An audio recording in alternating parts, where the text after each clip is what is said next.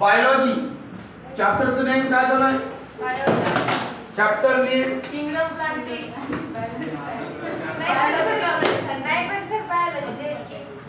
Biology class 11 chapter name काय संपलं का आपलं? Kingdom Plantae. नाही समजलं? नाही, अँजिओस्पर्म चालू आहे. अँजिओस्पर्म संपलं नाही का? चला घेऊ. हां ऋतू चला नंतर डिस्कस करू. ओके ओके चलो. हे लेसन होता किंगडम प्लांटी. यामध्ये आपण काय पाहिलं विषय क्लासिफिकेशन पाहिलं. 2 मिनिटांमध्ये रिवाइज करतो. क्लासिफिकेशन पाहिलं. क्लासिफिकेशन मध्ये आपण काय पाहिलं तर तुम्हाला माहित आहे 2 टाइप्स पडतात कुठल्याही प्लांटचे. एक जिम्नोस्पर्म, एक अँजिओस्पर्म. जिम्नोस्पर्मचे सुद्धा 2 टाइप पडतात. त्यानंतर डाऊनला एक नॉन व्हॅस्क्युलर, व्हॅस्क्युलर. त्याच्या उंचावर मेन किंगडमचे प्लांट क्रिप्टोगॅमी, फॅलरगॅमी. सॉरी हा क्रिप्टोगॅमी, फॅलरगॅमी. क्रिप्टोगॅमी 2, व्हॅस्क्युलर, नॉन व्हॅस्क्युलर. आणि नॉन व्हॅस्क्युलरचे 3 आहेत की 2? हां 2. एक थायलोफायटा, बायोफायटा. यस. आणि यामध्ये कोणता आहे? व्हॅस्क्युलर मध्ये कोणता आहे? टेरिडोफायटा. इकडला कव्हर झाला. थायलोफायटामध्ये आपण एक्झाम्पल बघितलं अलगीचं आहे की नाही. म्हणजे अलगीचे आपण बरेच टाईप बघितले. किती टाईप होते अलगीचे? There are 4 types. किती टाइप्स? Main 3 types. एक मिक्स आहे ना त्यामुळे 4. पहिला कोणता बघितला आपण? Green algae. त्याला आपण काय म्हणतो? क्लोरोफिल. Number 2 brown. नंतर ग्रीन, ब्राउन, रेड आणि ब्ल्यू ग्रीन अलगी. असे आपण अलगीचे टाइप्स आहेत. थायरोफायटाकडे बोलतात. त्यानंतर ब्रायोफायटामध्ये काय पाहिलं आपण? ब्रायोफायटाची कॅटेगरी शिकवली. ब्रायोफायटा आणि प्लांट कुठे सावलीला शेडेड येते ना. त्या ब्रायोफायटाचे 2 टाइप्स बघितले माहिती? लिव्हरवर्ट आणि yes liverwort and second correct. Liverwort and mosses. किती रे खराब झालं वाटतं माईक सर नाही वापरत. मला ना खराब झालं आहे का मग चालू. तसा माझा आवाज मोठा आहे तर जास्त बरोबर बघू चालतंय का? बरं यूट्यूबला मी बॉटनीचे काही चॅप्टर टाकालो. तुम्ही जेवढं जमल जेवढं तुम्हाला वेळ मिळेल प्रॅक्टिस करत जा. वही करा, लिहित राहा. आणि पुन्हा जेव्हा तुम्हाला मी डबल घेईल त्यावेळेस तुम्हाला ते सोपं जाईल. काल आम्ही क्लासिफिकेशन बघितलं कशाचं? कसं आहे की असं नाही माईक मागे गेलाय म्हणजे असं आहे ना? नाही असं आहे का?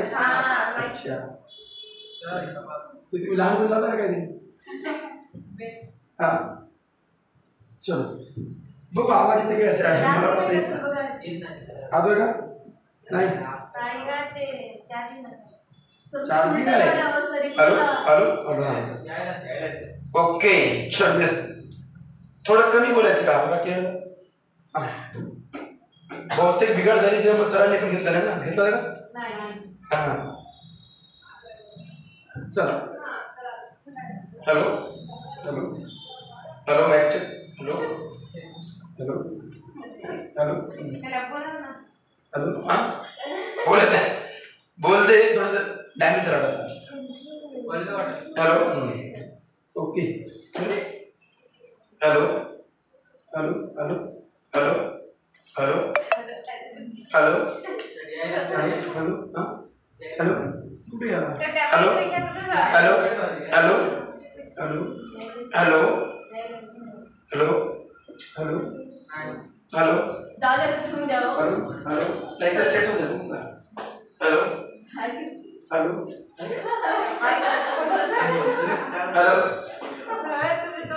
हां चला आता मी असंच पकडतो.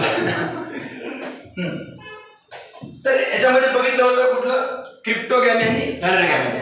मग आता असं करत करत आपण कुठपर्यंत गेलो? ब्रायोफायटामध्ये. ब्रायोफायटाचे 2 कॅटेगरी होत्या. एक लिव्हरवर्ट आणि सेकंड मॉसेस. पाहिलं ना? लिव्हरवर्ट कसं असतं? युनिसेल्युलर असतं आणि काही नसतात. मॉसेस युनिसेल्युलर आणि मल्टीसेल्युलर दोन्ही गटामध्ये असतात. हे संपलं. त्यानंतर आपण इकडे उडालो कुठं? फॅलरगॅमीमध्ये. त्याचे 2 टाइप्स. एक अँजिओस्पर्म, जिम्नोस्पर्म. मग अँजिओस्पर्म मध्ये काय केलं आपण? 2 बघितले ना? कुठले? बरोबर आहे करेक्ट. हा अँजिओस्पर्म मध्ये काय झालं बघ माईक बसेट झाला. हा अँजिओस्पर्म मध्ये काय होतं लोक तर डायकोटिलेडन आणि मोनोकॉट. डायकॉट्स मध्ये रूट कोणते असतात टॅप रूट आणि मोनोकॉट्स मध्ये रूट्स कोणते असतात adventitious roots. There are 3 types of roots. Adventitious root. असं नेहमी जर हॅमरिंग केलं तर तुमचं बॉटनी पण चांगलं होते झुलॉजी पण चांगलं होते. घरी जाऊन तुम्हाला जबरदस्त आणि कधी वेळ मिळाला ना संध्याकाळी हेडफोन टाकायचा अंतराळ पडायचं न्यूजचा व्हिडिओ ऐकत बसायचा आणि याच्यामध्ये आवाज क्लिअर येतो. लाईव्ह मध्ये काय आलं लाईव्ह मध्ये मी पाहिलं चेक करून तर त्याची रेंज कमी जास्त झाली क्लिअरिटी झाली. तुम्ही आता काल व्हिडिओ बघितला का बघा ते कसे क्लिअर येतो बघितलं खूप क्लिअरिटी आवाज सुंदर एकदम काहीच नाही प्रॉब्लेम. आणि जेव्हा तुम्हाला लिहून करायचे आता हे काल मी टिश्यूचं मध्ये व्हिडिओ टाकला क्लासिफिकेशन ऑफ टिश्यू म्हणून टाकला एक व्हिडिओ टाकला मी क्लासिफिकेशन ऑफ टिश्यू जबरदस्त व्हिडिओ टाकलाय. तर ते तुम्हाला माहिती होतं टिश्यूचे कसे असतात किती प्रकार पडतात काय कुठलं सिम्पल कुठलं परमनंट त्याच्यामध्ये अजून ऍडिशनल हे नंतर आपण वर्गामध्ये पण घेणार आहोत. पण आपले विद्यार्थी असे थोडेफार ऍडव्हान्स राहिले पाहिजे सगळ्या गोष्टीमध्ये. आता आपण काल मोनोकॉट पाहिलं मोनोकॉट संपलं होतं का रे हो संपलं होतं. मी तुम्हाला सायंटिफिक नेम ऑफ मेज दिलं होतं. सायंटिफिक नेम ऑफ मेज जिया हा जिया मेज तुम्हाला माहिती आहे जिया मेज सायंटिफिक नेम ऑफ मेज मक्काचा सायंटिफिक नेम आहे. त्यानंतर स्वर्गम वगैरे ज्वारीचं सायंटिफिक नेम सुद्धा दिलं ज्वारीचं सायंटिफिक नेम हे सुद्धा मी काल दिलेलं आहे. Very good. आता याच्यानंतर तुम्हाला माहिती आहे इथे डायग्राम आहे. डायग्रामच्या एक मेजची डायग्राम आहे. तुम्ही रेग्युलर नव्हतात हो मॅडम तुम्ही रेग्युलर नव्हतात आता तुम्हाला थोडंसं आवड जाईल. ही डायग्राम आहे बरोबर रितेश सुद्धा काय करतो तू काय होतास का ओके. त्या डायग्राम मध्ये तुम्ही बघा ते मकाचं जे बी काढतात ना बी मकाचं बी मेजचं बी जे आपण खातो 10 रुपयाला कणीस घेऊन 5 रुपये देतो 10चं घेतो खातो तर ते त्याला काय म्हणायचं कॉर्न ग्रेन्स. काय म्हणायचं कॉर्न ग्रेन्स. त्याच्यानंतर तुम्हाला माहिती आहे मकाचं जे पान असते त्याला म्हणायचं लिफ ब्लेड. काय म्हणायचं लिफ ब्लेड. त्यानंतर मका झाड कधी जर बघितलं असाल मकाचं कणीस तर साईडला असते ना पण त्याच्या वर असे फुल येते ओके. त्या फुलाला काय म्हणायचं एक शब्द आहे काय टॅसेल. काय शब्द आहे टॅसेल. मला ही डायग्राम काढून आणायची आज फक्त मी तुम्हाला एक काय करतोय डोक्याचं थोडंसं क्लिअर करणार उद्या तुम्ही डायग्राम काढून आणा टॅसेल. त्यानंतर तुम्हाला माहिती आहे मकाचं कणीस ज्यानं झाकून असते राईट ज्या पानाने झाकून असते पानाने जे असते ना त्याला आपण काय म्हणतो इयर म्हणतो. काय म्हणतो इयर राईट. त्यानंतर त्याला रूट असतात मकाला रूट आहेत बरोबर आहे. मकाला तुम्हाला सांगितलं कारण हे मोनोकॉट्स मध्ये येते. मोनोकॉट्स मध्ये कुठले रूट्स सांगितले ऍडव्हान्शियस रूट्स बरोबर आहे. मका झाड कधी बघितलं असाल ऍडव्हान्शियस रूट अर्धे काय की वर राहतात अर्धे जमिनीत राहतात हा दॅट इज कॉल्ड ऍडव्हान्शियस रूट्स. तर रूट सिस्टम शिकवणार आहे काळजी करू नका. तसं रितेशला घेतलेला आहे. रितेश का ऑलरेडी सुरुवातीला होता. त्यानंतर त्या मकाचे जे केस असतात त्याला म्हणतो आपण सिल्क्स. काय म्हणायचं हे काय एवढं टिप दिलं माहिती का याचं कारण भविष्यामध्ये तुम्हाला अडचणच येऊ नये पोस्टमॉर्टम झाडाचं करता आलं पाहिजे. वरच्याला काय म्हणायचं tassel corn grain leaf blade roots ear silks इतने पार्ट्स किसमें रहते हैं मेज में रहते हैं. किसमें रहते हैं बेटा मेज. साइंटिफिक नेम ऑफ मेज जिया मेज. जिया मेज एमएवाई स्पेलिंग एमएवाई हा कळलं ना जिया मेज. यूट्यूबवर टाकायचा उद्देश हाच आहे की रेकॉर्ड राहते मलाही आत्मिक समाधान. आणि माणसानं असं पूर्वी म्हणायचे दररोज सकाळपासून उठल्यानंतर काय करा माणसाने व्यक्तीनं आपलं ऑटोबायोग्राफी लिहावं. उठल्यानंतर काय केलं पाहिजे झोपेपर्यंत असं नोट करून ठेवा. काही पण काम करायचं पण लिहून ठेवायचं असं सांगतात बरं का. परंतु तसं शक्य नाही काळाला वेळ नाही आपल्याकडे. काही लोकांची ऑटोबायोग्राफी ते माय ट्रूथ लाईफ नाही माय ट्रूथ एक्सपेरिमेंट कोणाचं पुस्तक आहे ऑटोबायोग्राफी आहे. ऑटोबायोग्राफी आहे माय ट्रूथ एक्सपेरिमेंट आणि एक चांगल्या मोठा लिडर त्याचं ते आत्मचरित्र आहे, ऑटोबायोग्राफी. जे मी तुम्हाला शिकवतो ना, पैसे मिळतात, पैशाचं माध्यम वेगळं आहे. पैसे मिळाल्यानंतर जेव्हा आपण कधी एज तर कोणाच थांबत नाही ना, तुमचं ना माझं कोणाच थांबू शकत नाही. जेव्हा आपण एज क्रॉस करतो तेव्हा पाठीमागे बघत असताना आपल्याला थोडंसं आत्मिक समाधान झालं पाहिजे. याने आपल्या लाईफमध्ये आपण खूप चांगले काम केलं. काही लोक दारू विकून पैसा कमवतात, काही लोक कोंबडे बकरे कापून पैसे विकतात, काही चोऱ्या करून पैसे कमवतात, असंख्य मार्गाने पैसे कमवतात काही. पण आपण आपल्या मेहनतीच्या जीवावर पैसे कमवतो आणि ते पण लोकांचं चांगलं करून, म्हणजे नवीन पिढी घडवता घडवता आपण आपल्या जगात चांगला पण जगतो. हे त्याच्यामधला प्लस पॉईंट म्हणून मी युट्यूबला व्हिडिओ टाकतो. आणि आज 2017 पासून व्हिडिओ त्याच्यावर मजा येते ते बघायला. तुमच्या गावात चालणार आहे, उद्या तुम्ही मोठे होणार, काही ना काही बनणार, कोणी अधिकारी होणार, कोणी काहीतरी म्हणाल, त्यावेळेस यास वैष्णवी इज माय स्टुडंट. तिला ऑप्शन राहत होती, मग मी तिला शिवाय देत होतो. हे आठवणी कधी येत होते का? 5 वर्षांना, 10 वर्षांना. आणि त्यावेळी मजा वाटते त्या गोष्टी. आलं त्या गोष्टीला काय होतं, एन्जॉयबल गोष्टी वाटतात. आलं लक्षात ठेवा. अभ्यास करताना बॉटनीचा या टाईप लक्षात ठेवायचा. बॉटनी इज इम्पॉर्टंट सब्जेक्ट आणि अभ्यास एक आनंदाने करू, बोर्ड आहे ना का होत नाही अभ्यास. ओके, बॉटनी स्टडी कशी करायची, एकदम स्मार्ट स्टडी करायची. Point clear. हे झाला पुढचा पॉइंट. आता अजून एक पॉइंट येतोय, मोनोकॉट्स. कुठे गेले मंगेश? तर हे झालं. आता मेजचं नाव, मेज तुम्हाला आलं पाहिजे की मेज मध्ये पार्ट कोणत्या त्याच्यामध्ये. ते आपण जे खातो ते धान्य असताना काय म्हणतात, मेज दिलं काय, ग्रेन. आपण काय म्हणतात ग्रेन. कोणतं, कॉर्न ग्रेन, कॉर्न ग्रेन. आता मला सांगा, इथला कुठलाही विद्यार्थी असतो 11th क्लासचा, 11th क्लासच्या विद्यार्थ्याला मेजचे पार्ट सांग, तेवढे पार्ट सांगायला पाहिजे. Which is the part of मेज, है ना? काय काय पार्ट आहेत, कॉर्न ग्रेन, सिल्क, सिल्क म्हणजे केस, इयर म्हणजे बाहेरची लीफ असतं पानं, आणि हे टॅसल म्हणजे ते वर झाडावर निघते मध्ये सरळ स्वरूपात फुलासारखं असते, दोन्ही कोणते हे असतात तर टॅसल. हा, लीफ ब्लेड काय आणि रूट्स. Point clear. आता पॉइंट घेऊ, plant life cycle and alternation of generation.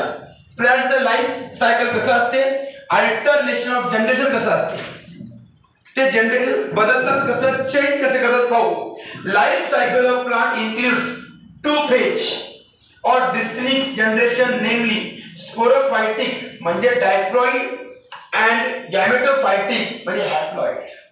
Yes, कुठल्याही प्लांट मध्ये 2 लाईफ सायकल असतात. इकडे नाही दिले तो. कुठल्याही प्लांट मध्ये 2 प्रकारचे लाईफ सायकल असतात. सुरुवातीला ज्याला आपण मेल म्हणतो, त्याला आपण काय म्हणतो, प्लांट मध्ये मेलला काय नाव आहे, अँड्रोसियम. काय, अँड्रोसियम, राईट, अँड्रोसियम करेक्ट ना. आणि फिमेलला काय म्हणतो आपण, जिम्नोसियम. हे बरोबर आहे.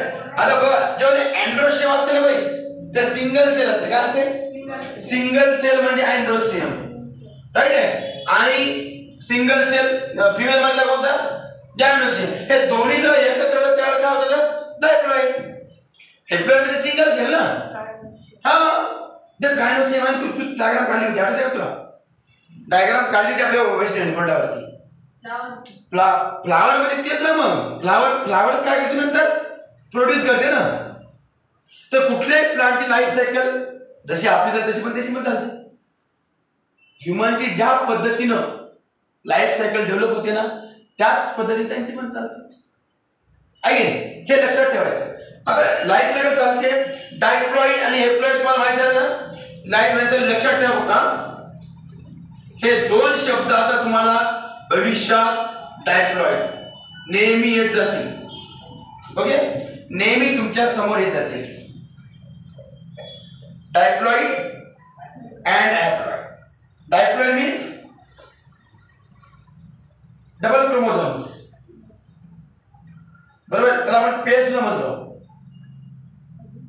पण जेव्हा सिंगल असते, प्रोडक्शन झालेलं नसते, तेव्हा ती कुठल्या कंडिशन मध्ये असते, कुठल्या कंडिशन मध्ये असते, कुठे असते, haploid. तुला point clear.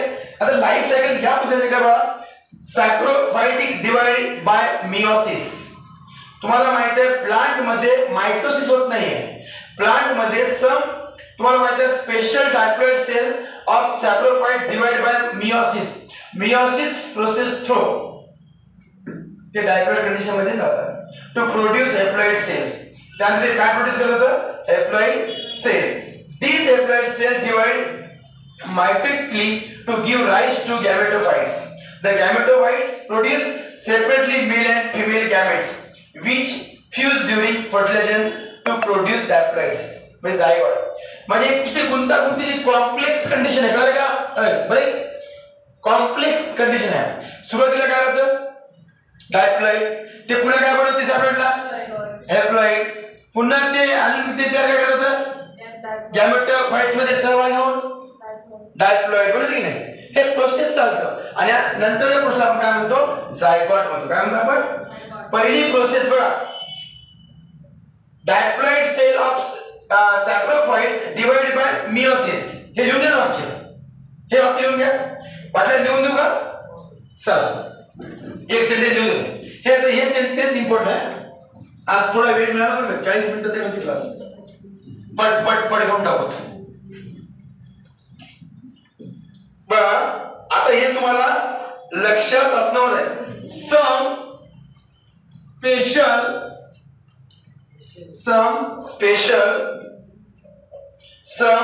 Special diploid sale,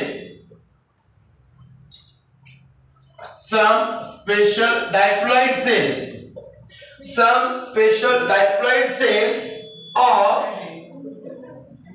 saprophyte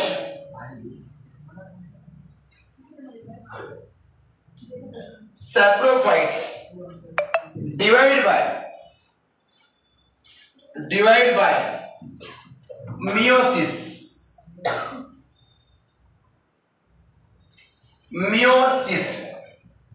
SIS meiosis. हे एक वाक्य लिहून घ्या, महत्त्वाचं सेंटेन्स आहे. Number 2 to produce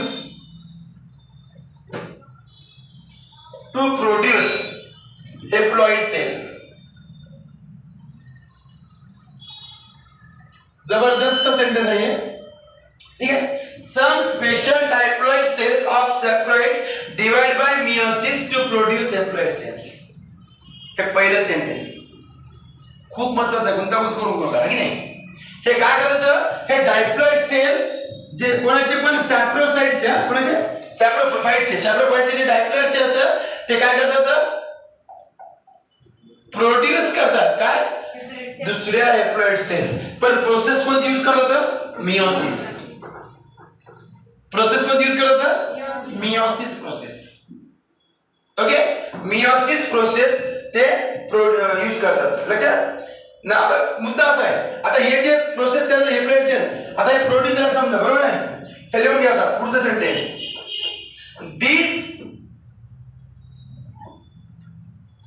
these haploid cells divide meiotically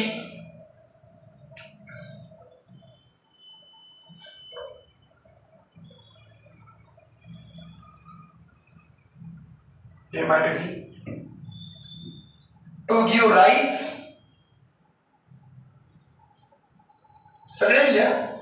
to give rise to gametophytes.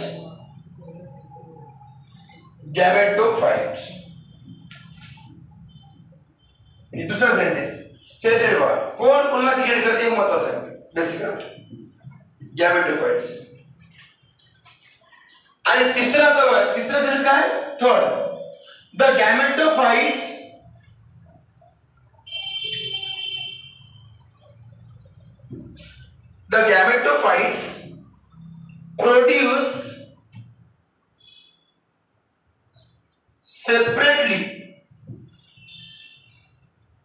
produce separately male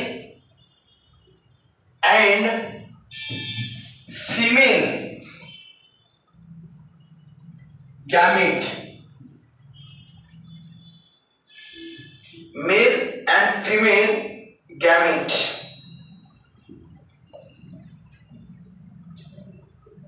gametes. ठीक आहे. आता इथपर्यंत झालं. आता हे जे गॅमेट्स लागतात मग दोन्ही गॅमेट एकमेकाला फ्यूज करतात. काय करतात? फ्यूज करतात. विच फ्यूज म्हणजे गॅमेटोफाइट्स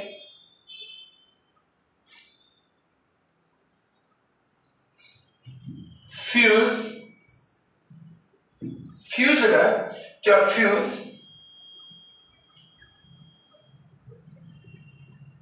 during fertilization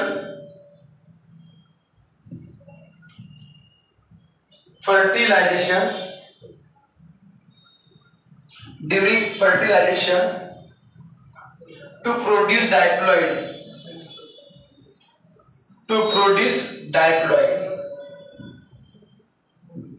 zygote,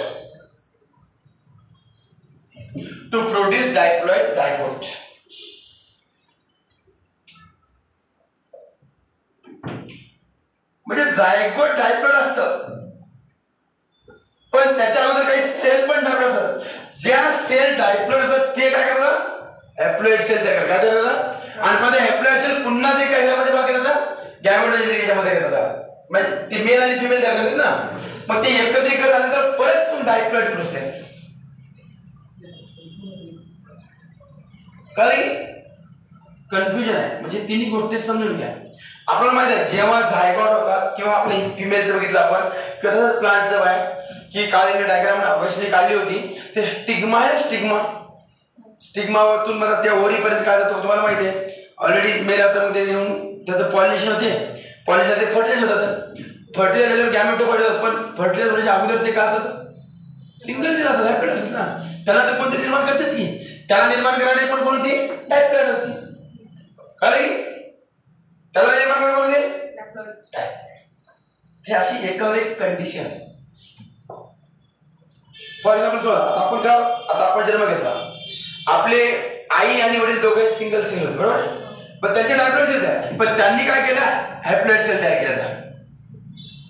त्यांचं मिश्रण मग आपण डायप्लॉइड जायगोट तयार झालं. कळलं? अगोदर मेल फिमेल डिफरंट. इकडे एक हॅप्लॉइड इकडे एक हॅप्लॉइड आहे. पण हे तयार करायला कोण होते? डायप्लॉइड होते. कोण होते? डायप्लॉइड. म्हणजे ना तयार करायला तर ते त्यांचे जायगोट कोण तयार झाले असतील ना. आता आपले आई वडील सुद्धा आपल्या आजोबा कोण तयार झाले? आपल्या आजी आजोबा कोण तयार झाले तर बरोबर आहे. म्हणजे एका कंडिशन मध्ये ते डायप्लॉइड होते. कोण होते? पुन्हा ते झाले हॅप्लॉइड. त्यांनी आपल्याला म्हणजे हॅप्लॉइड म्हणजे प्रोड्यूस केलं. पण प्रोड्यूस केलं ते नंतर मग आपण जन्मलो झायगोट स्वरूपात. मग आता आपण सुद्धा काय करणार?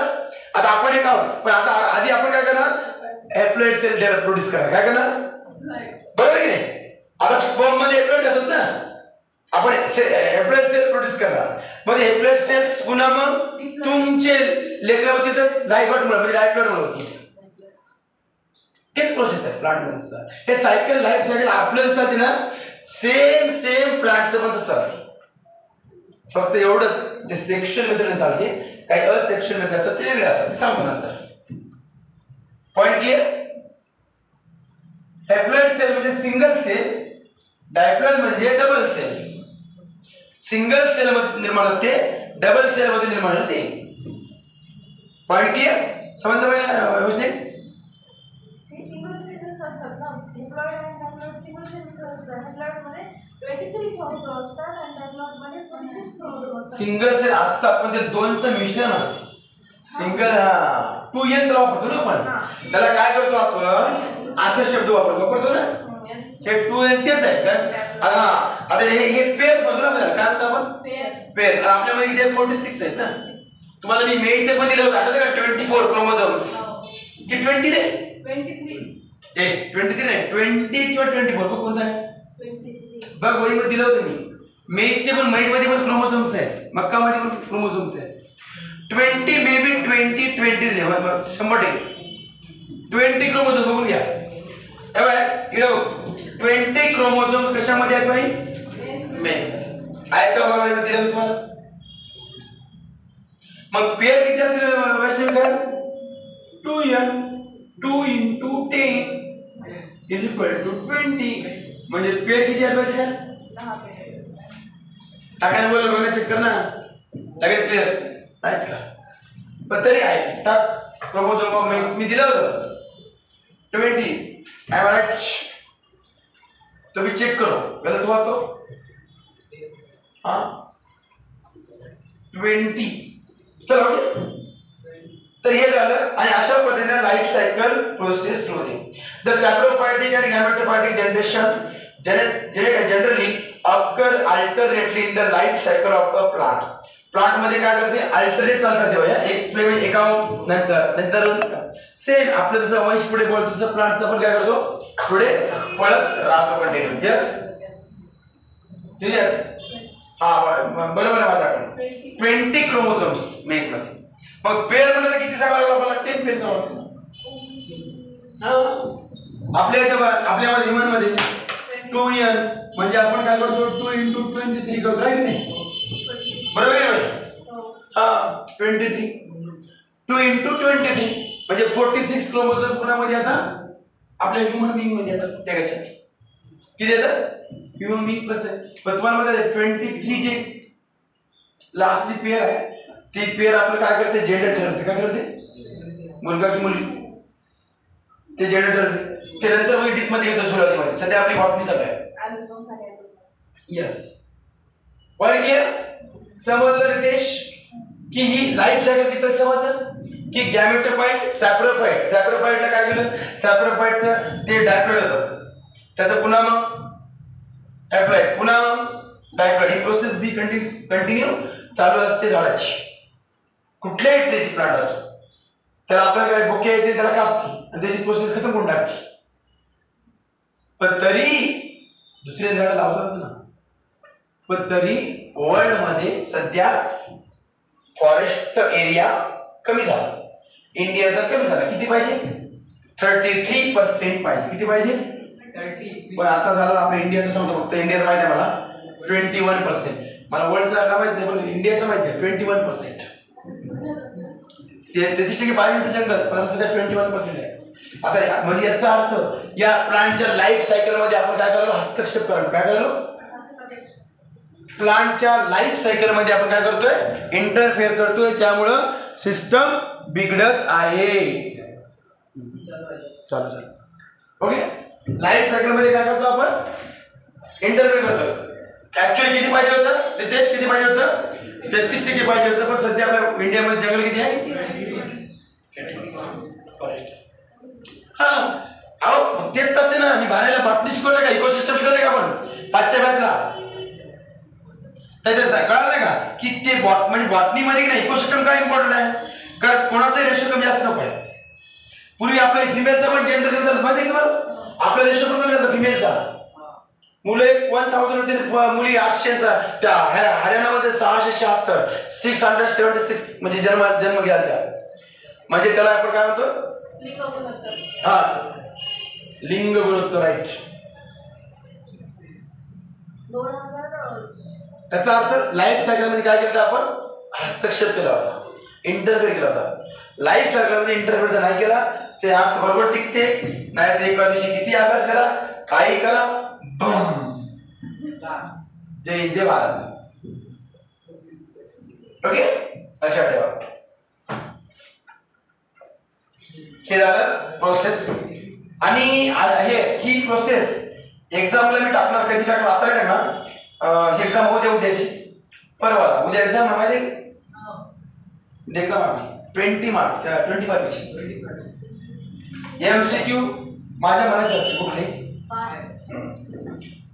but distinct alteration of these two generation is observed एक काम कर ना हे कोणी डायग्राम ला काढले अच्छा एक डायग्राम काढले कोणती सर आहे ना हे अल्टरेशन ऑफ जनरेशन म्हणजे प्लांट ची लाईफ सायकल जनरेशन डायग्राम काढ इथं काढ एवढं क्लिक करा का बस इथं काढ एवढं क्लिक आहे एवढं गोष्ट काढते डायग्राम ही डायग्राम पडते का म्हणून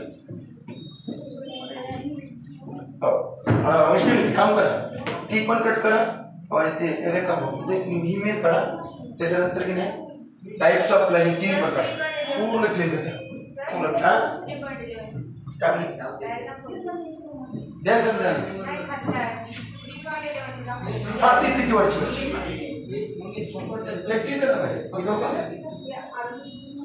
दिसते का व्हिडिओ मध्ये हे बाळा ते डायग्राम दिसते का व्हिडिओ मध्ये याली कंप्लीट याली कंप्लीट आहे याली का करा काढू द्या कारण दोन चार काढू पण दुसरा तीन आता येते ना हा येते सर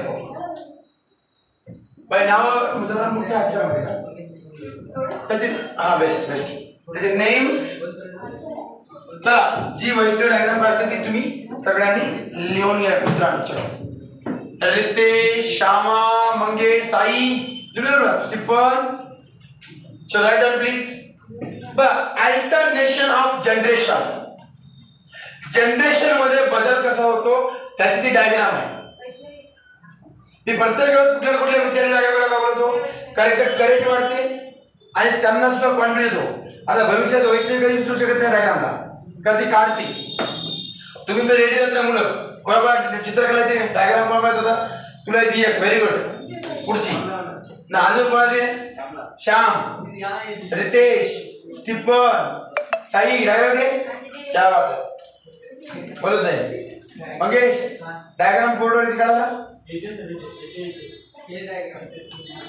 चांगली ती नेत नाही तुला ओके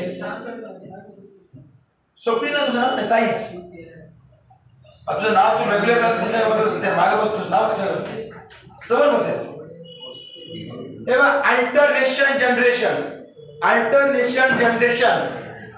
मतलब पहिले दिलं तिनं फर्टिलायझेशन कसं तेव्हा ही प्रोसेस कशी करते सायकल तुम्ही कधी वॉटर सायकल चक्र बघितलं ना पाण्याची वाफ होणे वाफेचं पुन्हा ढगावणे पुन्हा पाणी होणे पुन्हा नदीने वाहत जाणे पुन्हा समुद्र पुन्हा त्याचं हे होणे ही प्रोसेस तशीच प्लांट मध्ये जनरेशन अल्टरनेट होत असते त्याची ती डायग्राम कंप्लीट होते मी सांगतो तुम्हाला चला पटपट करा वेळ आहे हॅलो हॅलो चला लवकर कंप्लीट करा हॅलो ओके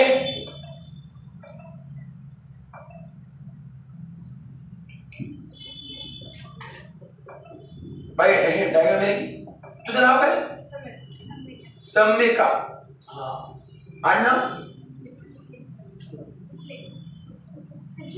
सिसले अरे मला कधी फोन केला होता का सिसले आडनाव मला तुला कॉल आला ओके सम्यका 3 दिवस नव्हते बहुतेक 3-4 दिवस नव्हते इथे 2 दिवस 3 दिवस मंगेश बघ मित्र लगेच त्या दिवशी समजून सांगितलं छान झालं काल बघा पोरांनी संध्याकाळी बात केला दुसरीच पोरं बघा लय उठावलं ते नंतर सांगू लाईव्ह सगळे नंतर सांगू मजाकमध्ये रजक केला हे परिणाम थोडं मला माहित होतं म्हणून मी थोडस पहिल्यांदा इंटरव्ह्यू नको आणि कधी पण चांगलं नको मजाक नाही तात्पुरती वरवरची मजाक केली तात्पुरतं बोलले डोक्यात आता व्हिडिओ चालू आहे नंतर सांगू क्लास झाल्यावर चला अल्टरनेशन ऑफ जनरेशन बघा डायग्राम काढा पटापट चला डायग्राम जास्त आहे जायगोटिक जायगोट्स गॅमेट्स गॅमेटोफाइट्स मियोसिस स्पोर बघा मियोसिस स्पोर तर सिंगल दाखवलं का कारण एप्लॉइड आहेत का एप्लॉइड सेल्स पण 1 एन दाखवलं काय दाखवलं 1 एन आणि गॅमेट सुद्धा काय झालं 1 एन असतं कशाचं गॅमेट्स सुद्धा 1 एन असतात गॅमेटोजेनेसिस एक कन्सेप्ट तुम्हाला मी शिकवली माझा गॅमेटोजेनेसिस मध्ये पार्टिसिपेट स्पर्म अँड एग्स ओम बरोबर आहे तर आपण काय म्हणतो गॅमेटोजेनेसिस एक शिकवली तुम्हाला मी स्पर्मॅटोजेनेसिस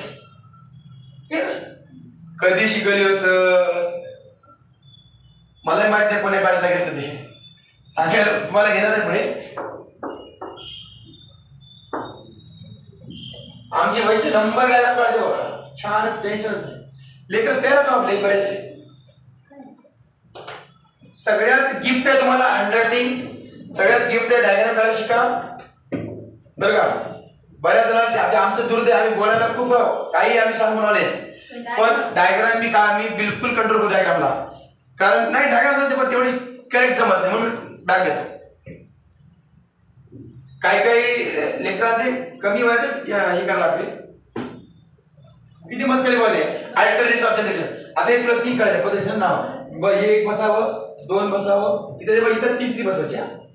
पण ना एक वर गेला जरा वाटल्यास थोडं वर 1 2 करीकडे येत नाही जास्त.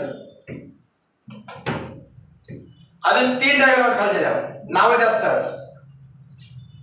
सम्यका येते ना. पुढे पुढे वेलकम.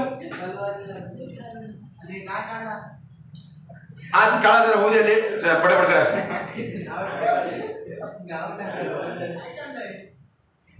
काय झालं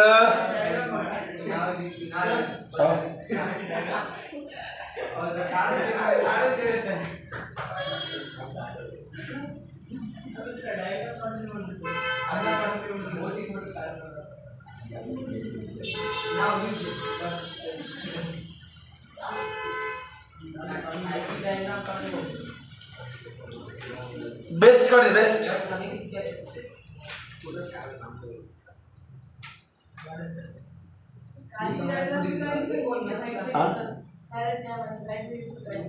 काढली का.